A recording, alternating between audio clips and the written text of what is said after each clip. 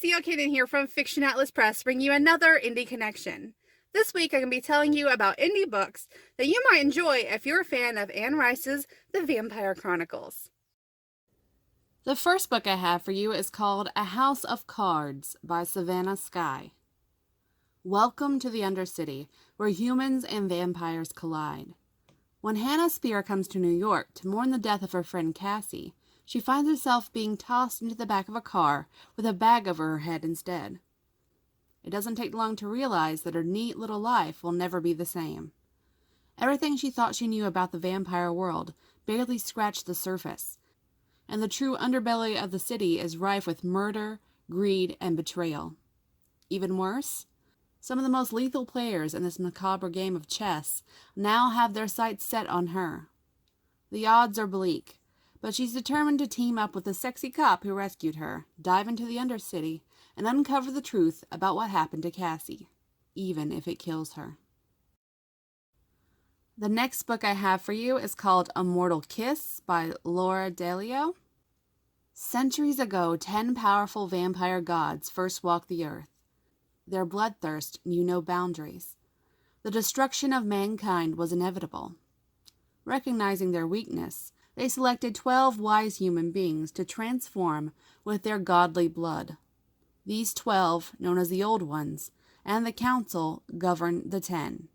A blood lottery appeasing the 10's hunger was set forth in the human world and passed down every 5th generation, continuing into the present day. All of Beth Ryan's life, a mysterious mist has watched over her, a mist she believes to be a vampire. On a cold winter night, Philippe Delon, a 700-year-old vampire, walks into Beth's life. She is drawn to him, certain he is the vampire behind the mist. But is he?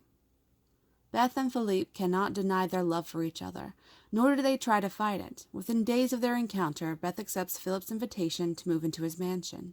The mansion unlocks the door to the vampire world and exposes secrets from Beth's past. Within its walls, she learns the true identity of the mist, her link to the blood lottery, and betrayal of her loved ones. Surrounded by lies, Beth stands before the council begging for resolution. And the third book I have for you is called The Eternals by Richard M. Angers. Jean is the last vampire lord, and one of the last inhabitants of a dying earth. Born to immortality, their race now faces the waning sun. Some have accepted their fate, while others are ready to fight for their future. But when Jean commits the cardinal sin and takes the life of Princess Chantal, his life changes. Suddenly, he's a man on the run, falling in love and rediscovering his humanity.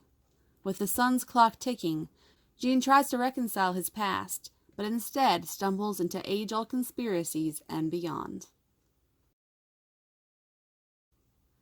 And the last book I have for you is called Blood Fiend's Bane, The Vampire Queen Saga, Book 1, by William Stacy. In the medieval kingdom of Connacht, a long-buried secret is about to reignite a war. Bound in service to the noble Dane family, young warrior Owen seeks freedom and adventure. When a deathbed confession reveals the secret location of a long-lost weapon of great power, Owen accompanies a military expedition to the haunted ruins of the long-dead vampire queen Serena, who 50 years earlier almost destroyed the kingdom in her bloody rebellion. But a traitor travels with the party, one who knows another secret. Serena isn't dead, merely trapped, and he's going to set her free. Okay, that's all I have for you this week. I'll see you next week on the Indie Connection. Bye.